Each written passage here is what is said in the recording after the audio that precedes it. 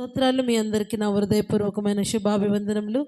మనం ఆరాధించే దేవుడు, మనతో మాట్లాడే దేవుడు. ఈ ఉపవాస దినాలలో ప్రతిదినం ఒక్కొక్క దినమున ఒక్కొక్క రీతిగా తన వాక్కు ద్వారా మనతో మాట్లాడుతూ మనల్ని దర్శిస్తున్న ఆ దయామయుడైన దేవుడు ఈ రాత్రి మరొక రీతిలో మనతో మాట్లాడబోతుండగా దేవుని యొక్క వాక్యం అందు మనము లక్ష్యం ఉంచుదాం. మొదటి సామెత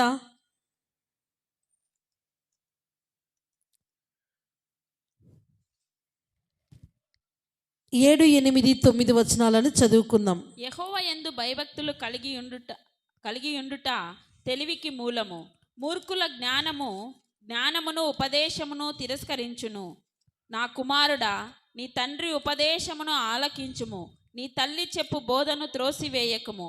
అవి నీ తలకు సొగసైన మాలికయు నీ కంఠమునకు హారములై ఉండును. ఆమేన్. 7వ వచనములో యెహోవా యందు భయభక్తులు కలిగి ఉండుట తెలివికి మూలము. మూర్ఖులు జ్ఞానమును ఉపదేశమును తిరస్కరించెదరు. ఈ రాత్రి దేవాది దేవుడు మరి జ్ఞానులను మూర్ఖులను గూర్చి మనతో మాట్లాడుతున్నాడు. మరి జ్ఞానులున్న గుంపులో ఉంటావో, మూర్ఖులున్న గుంపులో నీవు ఉంటావో. జ్ఞానము కలిగిన గుంపులో ఉండాలంటే నీవేం చేయాలి, మూర్ఖుల గుంపులో ఉంటే ఏమి కలుగుతుంది అన్నది రాత్రి దేవుడి సామెతల గ్రంథము ద్వారా మనతో మాట్లాడుతున్నాడు. దేవుని యందు భయము భక్తి కలిగి ఉండుట జ్ఞానమునకు మూలము. దేవుని సన్నిధానములో భయభక్తులు కలిగి దేవుని యందు మనము ఆధారపడి జీవించినట్లయితే జ్ఞానముగా నడుచుకుంటాం. ఏం మాట్లాడాలో, ఏం మాట్లాడకూడదో, ఎక్కడికి వెళ్ళాలో, ఎక్కడికి వెళ్ళకూడదో, ఎలా జీవించాలో, ఎలా జీవించకూడదో ఇవన్నీ దేవుడు బోధిస్తాడు. కారణం ఏంటి అంటే దేవుని యందు భయభక్తులు కలిగి ఉన్నట్లయితే. అయితే రెండవ గుంపు ఎలాగుంటుంది అంటే మూర్ఖులు జ్ఞానమును ఉపదేశమును తిరస్కరించెదరు. మూర్ఖులైనటువంటి వారు జ్ఞానమునైనా ఉపదేశమునైనా తిరస్కరిస్తారు. తల్లిదండ్రులు చెప్పినా వినరు, పెద్దవారు చెప్పినా వినరు, దేవుని మాట వినరు, ఎవరైనా చెప్పినా, దైవజనులు చెప్పినా వినరు, తిరస్కరిస్తారు. వారు ఒప్పుకోరు ఏ మాటను. మాకన్నీ తెలుసు, మా జ్ఞానముతోనే మేము జీవిస్తామని అతిశయముతో గర్వముతో జీవిస్తూ మూర్ఖంగా ఉంటారు. మరి మూర్ఖులకు వచ్చే ప్రతిఫలం ఏంటి, జ్ఞానులకు వచ్చే ప్రతిఫలం ఏంటి అంటే 9వ వచనంలో జ్ఞానము కలిగి దేవుని ఉపదేశమును విన్నట్లయితే, నా కుమారుడా, నీ తండ్రి ఉపదేశమును ఆలకింపుము. నీ తల్లి చెప్పు బోధను త్రోసివేయకుము. అవి నీ తలకు సొగసైన మాలికయు నీ కంఠమునకు హారములై ఉన్నవి. దేవుని యందు భయభక్తులు కలిగి తల్లిదండ్రులు చెప్పినట్లు వారి మాట విని నడుచుకున్నట్లయితే కంఠానికి హారం ఉంటే ఎంత అందంగా ఉంటుందో, దేవుని మాటలు విని భయభక్తులు కలిగిన వారి యొక్క జీవితం అలాగుంటుందట. అలా కాకుండా దేవుని మాట త్రోసివేసి, ఉపదేశాన్ని త్రోసివేసిన వారి జీవితము ఎలా పతనమవుతుందో బైబిల్ గ్రంథములో నుండి ఒక వ్యక్తిని జ్ఞాపకం చేసుకుందాం. సౌలు అనేటటువంటి ఒక వ్యక్తి గాడిదలు కాసుకునేవాడు. ఆ గాడిదలు కాసుకునే సౌలును దేవాది దేవుడు కరుణించి దయచూపి రాజును చేస్తే, రాజుగా ఉన్న సౌలు మరి చక్కగా రాజ్యాన్ని పరిపాలించి మంచి పేరు తెచ్చుకొని దేవుని మాటకు విధేయుడై దైవజనుల యొక్క బోధను అంగీకరించి భయభక్తులు కలిగి నీతిగా యథార్థంగా నడుచుకోవలసిన ఈ సౌలు రాజు సమూయేలు ప్రవక్త వచ్చి సౌలుకు ఎన్ని మారులు బోధించినా సమూయేలు యొక్క ప్రవక్త యొక్క మాటను త్రోసేశాడు. ఆయన ఉపదేశాన్ని పక్కకు త్రోసేసి తనకిష్టమైనట్టుగా జీవించాడు. మరి దైవజనుడి యొక్క మాటను త్రోసివేశాడు. దేవుని యందు భయభక్తులు లేకుండా తన ఇష్టానుసారంగా జీవించిన ఆ సౌలు రాజు తనంతట తానే తనను తానే హతము చేసుకొని చనిపోయాడు. కారణం ఏంటి? గాడిదలు కాసుకునే వ్యక్తిని దేవుడు దీవించి రాజుగా చేస్తే, దేవుని యందు భయభక్తులు కలిగి జీవించవలసిన ఈ వ్యక్తి అలా జీవించకుంటే దేవాది దేవుడు కరుణించి కటాక్షించి ఆ సౌలు యొక్క మూర్ఖత్వం నుండి విడిపించాలని దైవజనుణ్ణి పంపించి సమూయేలు ద్వారా మాట్లాడితే సమూయేలు ప్రవక్త యొక్క బోధను, ఆయన చెప్పే దేవుని మాటలను, ఆయన చెప్పే ప్రతి ఒక్క ఉపదేశమును త్రోసివేశాడు. చివరికి తనను తానే చంపుకున్నాడు.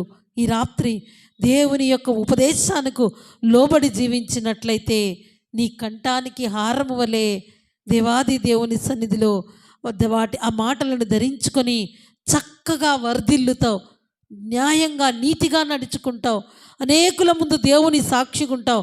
అలా విననట్లయితే, దేవుని ఉపదేశాన్ని తోసివేసినట్లయితే, దేవుడు నిన్ను దర్శించి నిన్ను దీవించాలని, ఆశీర్వదించాలని, నీలో ఏ యొక్క కొరత ఉండకూడదని, నీలో ఏ యొక్క దౌష్ట్యము, ఏ యొక్క దేవునికి ఇష్టం లేనిది ఉండకూడదని దేవుడు తన యొక్క భక్తుల ద్వారా, వాక్యము ద్వారా దేవుని మాటలను బోధిస్తే ఆ మాటలకు విధేయులై ఏదైనా తప్పిదం ఉన్నా, ఏదైనా పొరపాటున్నా ఒప్పుకొని వదిలివేయాలి.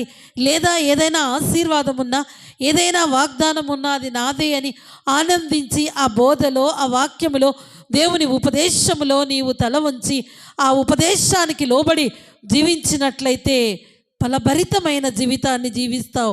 మరి అంతేకాకుండా మరొక్కసారి 9వ వచనాన్ని చదువుదాం.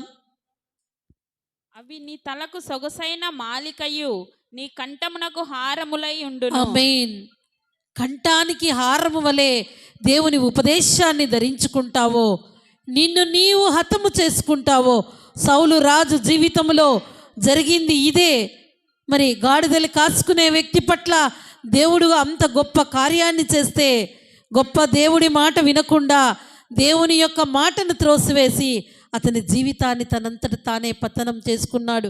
ఈ కాలంలో చాలామంది దేవుని నమ్మినటువంటి బిడ్డలే దేవుని మాట వినక దేవుని సన్నిధానము కంటే, దేవుని కంటే వారి యొక్క జ్ఞానం మీద, వారి యొక్క తెలివి మీద ఆధారపడి జీవిస్తూ తమను తామే హతము చేసుకునేటటువంటి అభాగ్యమైనటువంటి జీవితాలను జీవిస్తున్నారు. ఎన్నోసార్లు ఎన్నో రకాలుగా దేవుడు మాట్లాడుతూనే ఉంటాడు.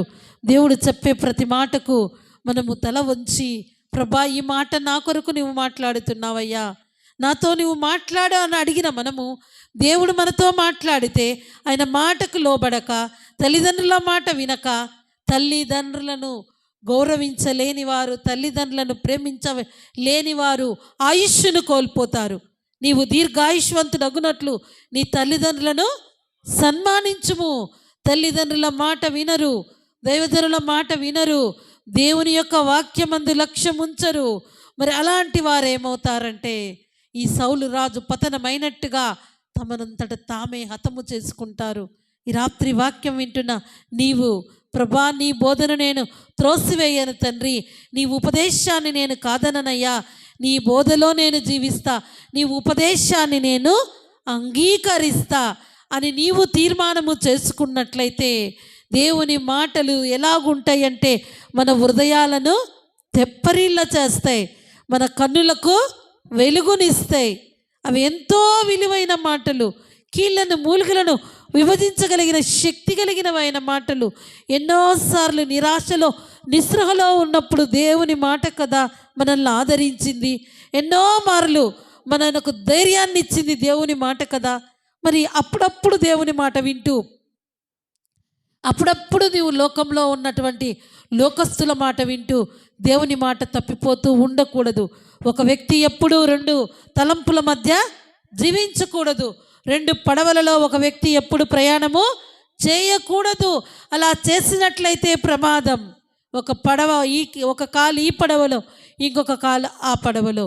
ఒకరోజు ఉపదేశం విని ఇంకొక రోజు ఉపదేశము త్రోసివేసి, ఒకరోజు దేవుని యందు భయభక్తులు కలిగి ఒకరోజు భయభక్తులను విడిచి, ఒకరోజు భక్తిలో, ఒకరోజు భక్తిహీనతలో, ఇలా ఎన్ని దినములు జీవించినా అది దేవుని సన్నిధానములో నుండి దేవుడిచ్చేటటువంటి కృపను పొందుకోనే లేరు. 2 పడవల్లో ఎలా కాలు వేసి ముందుకు సాగుతారు? ఒక పడవ ముందుకు పోతే ఇంకొక పడవ స్లో అయితే మునిగిపోతారు. దేవుని నమ్మిన మనము, మన కొరకు ప్రాణమునే పెట్టిన పరిశుద్ధుడైన పరమదయాళుడైన దేవుడు గత రాత్రి ఎంత గొప్ప ఆదరణ కలిగించే మాట మనతో మాట్లాడాడు. ధైర్యం వహించుడి, మేలు చేయటకై నేను మీతో కూడా ఉంటానన్నాడు. నీవే ఆశీర్వాదం అన్నాడు. నీ అవమానమునకు ప్రతిగా రెట్టింపు ఘనతనిస్తానన్నాడు. నా తల ఎత్తువాడవు నీవే అని దావీదన్నప్పుడు దావీదును తల ఎత్తి నిలవబెట్టిన గొప్ప దేవుడు. కరువు కాలములో దైవజనులుంటే కాకోలముల ద్వారా పోషించాడు. ఎన్ని ఉపవాస కూడికలలో ఒక్కొక్క రోజు ఒక్కొక్క వాక్యం ద్వారా మాట్లాడుతున్నాడు. మనలాంటి మనుష్యుడే యెహోషువ ప్రార్థిస్తే సూర్య చంద్రులనే ఆపిన శక్తి కలిగిన దేవుడే.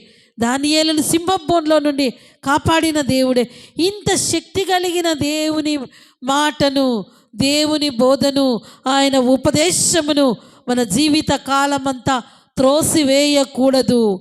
ఆయన ఉపదేశాన్ని అంగీకరించి దేవుని యొక్క సన్నిధిలో విన్న మాటలను పట్టుకొని మన జీవిత యాత్రలో ఆ దేవుని మాటలను ఆధారము చేసుకొని జీవించినట్లయితే మన జీవితం అద్భుతమైనటువంటి రీతిలో ముందుకు కొనసాగుతుంది. చాలామంది వినలేకపోతున్నారు, విన్నా విడిచిపెట్టేస్తున్నారు. తాత్కాలికమైన సంతోషము, మనుషులను సంతోషపెట్టేకి అన్య ఆచారాలు, మనుషుల యొక్క మెప్పు కొరకు దేవుణ్ణి విడిచి భక్తిహీనతలో, మనుషుల యొక్క సహాయము కొరకు భక్తిని వదిలి కొద్ది దినములు అలాంటి జీవితము జీవిస్తున్నా ఎన్ని దినములు జీవించినా అది వ్యర్థమే. జీవజలపు ఊటైన దేవుణ్ణి మరచి విడిచి ఎండమావుల వైపు పరిగెత్తినట్లయితే ప్రయాస అదే ప్రభువునందు మన ప్రయాస ఎప్పటికీ వ్యర్థము కాదు. దేవాది దేవుడు ఈ రాత్రికాల సమయంలో సామెతల గ్రంథము ద్వారా మనతో మాట్లాడుతుండగా దేవుని యొక్క సన్నిధానములో యెహోవా యందు భయభక్తులు కలిగి ఉండుట తెలివికి మూలము. మూర్ఖులు ఆయన ఉపదేశమును తిరస్కరించుదురు. మూర్ఖుల్లాగా నీవు ఉంటావా? జ్ఞానము కలిగి నీవు ఉంటావా? భయభక్తులు కలిగి నీవు జీవిస్తావా? భయభక్తులు లేకుండా నీవు జీవిస్తావా? భయభక్తులు కలిగి నీవు జీవించినట్లయితే భయభక్తులు కలిగిన మనతో దేవుడు ఉంటాడు. యెహోవా యందు భయభక్తులు కలిగి ఉండుట జ్ఞానమునకు మూలము. ఒక వ్యక్తికి ఎంత ధనమున్నా, ఎంత పవర్ ఉన్నా జ్ఞానము లేకుంటే వ్యర్థమే. జ్ఞానము కావాలి అంటే దేవాది దేవుని యందు భయభక్తులు కలిగి ఉంటే ఆయన మనకు ఆత్మ జ్ఞానాన్ని దయచేస్తాడు. ఆ జ్ఞానము ద్వారా అద్భుతమైన రీతిలో మనం ముందుకు కొనసాగగలమైతే ఈ రాత్రి నీవు తీర్మానం చేసుకుంటావా?